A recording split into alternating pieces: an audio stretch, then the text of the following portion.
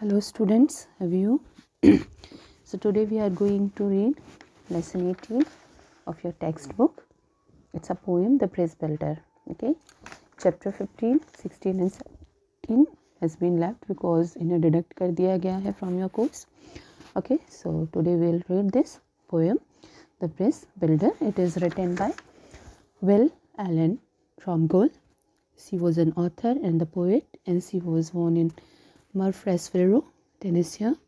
उन्होंने काफ़ी सारे पोएम्स एंड एसेज लिखे हुए हैं और अबाउट 13 बुक उन्होंने पब्लिश किए हैं. ओके, उन्होंने 7,500 पोएम्स, 5,000 ऐसे, और उनका फर्स्ट पब्लिश स्टोरी जो है that was in youths companion, जो कि 1887 में उन्होंने पब्लिश की थी. ठीक है, उसमें उनका फर्स्ट पोएम आया था. ओके, एंड उनका एक बेस्ट सेलिंग नॉवेल आया 1911 में, that is the island of the beautiful. Okay, और ये जो पोएम हम पढ़ने जा रहे हैं इसे बार बार रिप्रिंट और किया जाता है because it is quite popular.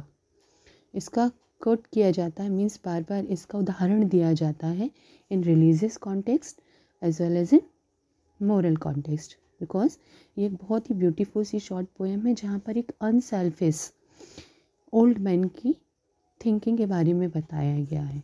Actually he comes across a chasm जो होता है एक बड़ा सा नाला. ठीक है, एक वाटर बॉडी है. तो हाईवे पर जब वो जा रहे होते हैं तो उन्हें मिलता है, वो वहाँ से क्रॉस करते हैं, राइट. सो वो तो क्योंकि एक्सपीरियंस्ड है, that's why easily passes from that one. But उन्हें एक्चुअली किसकी सेफ्टी की चिंता है? एक यंग एंड अनएक्सपीरियंस्ड यूथ जो कि उनके पीछे आ रहा है.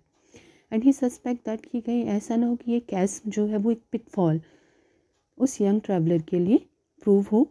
ठीक है, and then he labours hard and एक ब्रिज को बिल्ड करते हैं सो दैट वो जो यूथ है, यंग वन पर्सन है, वो क्या हो, ईजीली वहाँ से पास हो सके. ठीक है, so the world of today is repellent with selfish people. तो आज हम अगर देखें वर्ल्ड को तो यहाँ पे बहुत सारे सेल्फिश पीपल हैं जिनको अपने अलावा किसी और के बारे में कोई कंसर्न नहीं होता, वो सोचते ही नहीं हैं.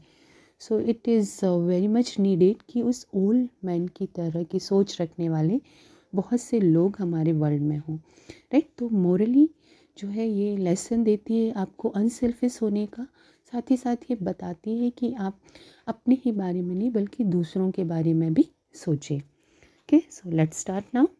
An old man going along highway came at the evening, cold and grey. The chasm vast and deep and wide, through which was flowing a sullen tide. So एक ओल्ड मैन जो है वो कहाँ से जा रहे हैं? एक हाईवे पर अकेले जा रहे हैं. ठीक है, और इवनिंग हो गई है, so it is cold and grey also. तभी वहाँ पर एक कैसमन को देखने को मिलता है जो कि काफ़ी चौड़ा है और बहुत ही डीप भी है.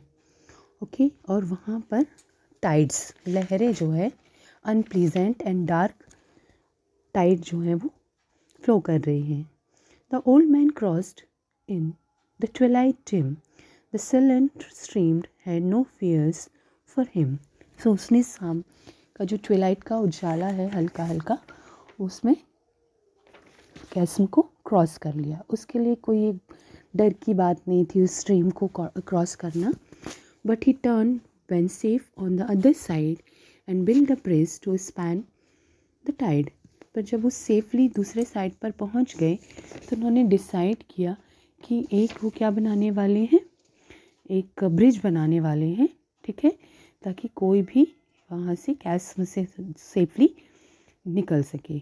Old man said, the fellow pilgrim, near, you are wasting strength with building here. Your journey will end with the ending day. Okay, so एक दूसरा कोई पर्सन उनके साथ में जो है वो जा रहा था. ठीक है, फेलो पिलग्रिम मीन्स उनके साथ जाने वाला Pilgrim. Pilgrim is the person on a religious journey. तो उसने क्या कहा कि यहाँ पर अपना टाइम एंड स्ट्रेंथ क्यों वेस्ट कर रहे हो, क्योंकि अगर आप नहीं बिल्ड करोगे तो आपकी जर्नी जो है वो एंड ऑफ द डे तक ख़त्म हो जाएगी, आप अपने डेस्टिनेशन पर पहुँच जाएंगे. You never again must pass this वे, और कभी वापस तो इस रास्ते आना नहीं है आपको। यू हैव क्रॉस द कैस deep and wide, why build you the bridge at the even tide. आपने तो यहाँ पे सेफली इस बड़े से वाइड से कैस्म को क्या कर लिया है, क्रॉस कर लिया, तो क्या ज़रूरत है इस ब्रिज को बनाने के लिए, वो भी इस इवनिंग के टाइम पर। The builder lifted his old grey head, good friend the path I have come, he said, there followed after me today a youth whose feet must pass this way. So उन्होंने अपना old grey head उठाते हुए क्या कहा कि मेरे मित्र, my good friend, जिस रास्ते पर मैं आ रहा हूँ मैंने देखा कि मेरे पीछे एक यंग मैन चला आ रहा है, और ऑब्वियसली वो इस रास्ते से निकलेगा, उसे पास करना पड़ेगा। The chasm that has been naught to me, to that fair haired youth may a pitfall be, he too must cross in the twilight dim, good friend, I am building the bridge for him. So he says कि ये जो कैस्म मेरे लिए कुछ भी नहीं है, क्योंकि जो मेरे पीछे आ रहा है वो कैसा है, अनएक्सपीरियंस्ड पर्सन है, राइट। सो उस ओल्ड मैन के पीछे जो यंग वन आ रहा है, शायद उसे पता भी नहीं होगा कि यहाँ पर एक कैस्म हो सकता है, ठीक है। एंड उन्होंने कहा कि ये मेरे लिए तो कुछ नहीं है, लेकिन उसके लिए वो पिटफॉल हो सकता है, जहाँ पर वो बाय मिस्टेक गिर भी सकता है, और उसे भी इस ट्विलाइट डिम यानी इस अंधेरे में उसे क्रॉस करना है। तो एक्चुअली मैं अपने लिए नहीं बिल्ड कर रहा हूँ इस ब्रिज को, मैं बिल्ड कर रहा हूँ ब्रिज उसके लिए जो मेरे पीछे आ रहा है, ताकि वो इजीली यहाँ से क्रॉस कर सके, इस गड्ढे में गिर ना जाए, इस खाई में, या व्हाट वी कॉल इट, नाला, राइट। तो उसमें कहीं वो गिर ना जाए। So actually he was concerned about the young man जो उसके पीछे आ रहे हैं, राइट।